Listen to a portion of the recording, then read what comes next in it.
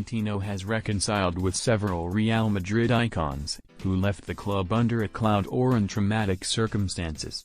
Casillas is the latest to return home. Iker Casillas returned to Real Madrid, where he will work initially with the club's foundation, is the latest part of Florentino's process of bringing back some of the club's iconic players, many of whom left under a cloud or unceremoniously. Before Iker, other historic figures buried the hatchet to return, including Raúl, Fernando Hierro, Guti, and even, in his own way, Luis Figo.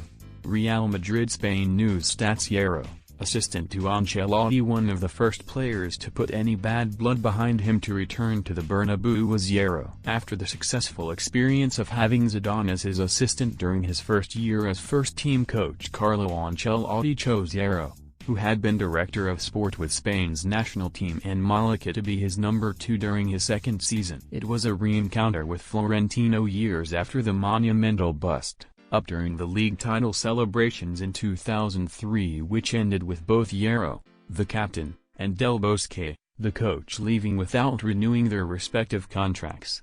The historic centre-back helped Carleto before later moving on to coach Oviedo. He maintains a good relationship with the club and a couple of weeks ago was at the Alfredo Di Stefano to watch the derby. Raúl, Trofeo Bernabeu, and now Zidane's future successor. He had a frosty goodbye at the end of the 2009-10 season when he left to join Schalke. Years later, he was invited back for a proper tribute with Al Sadd for the Trofeo Bernabeu.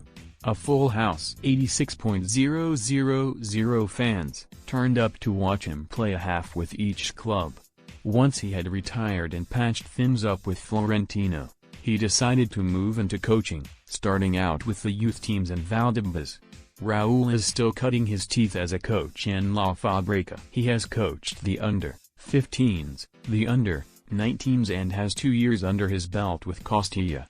Along the way, his side lifted the youth league back in August with encouragement from Florentino on the sidelines in Lyon.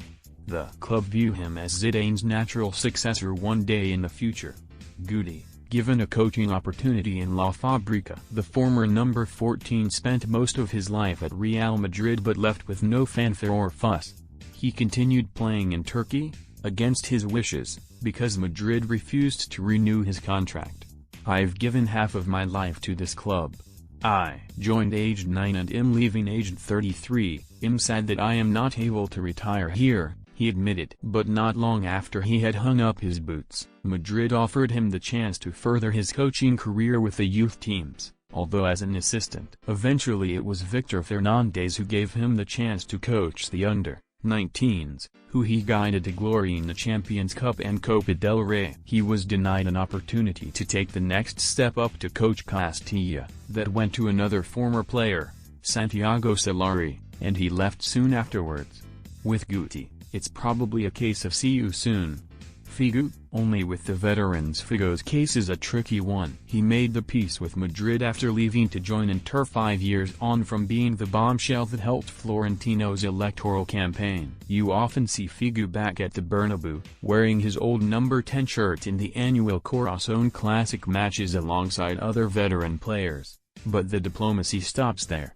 "I'll never go back to Madrid just for the sake of it," he told us a few months ago. At the moment he is still working as an ambassador for UEFA, an issue that hasn't quite been fully resolved for Florentino.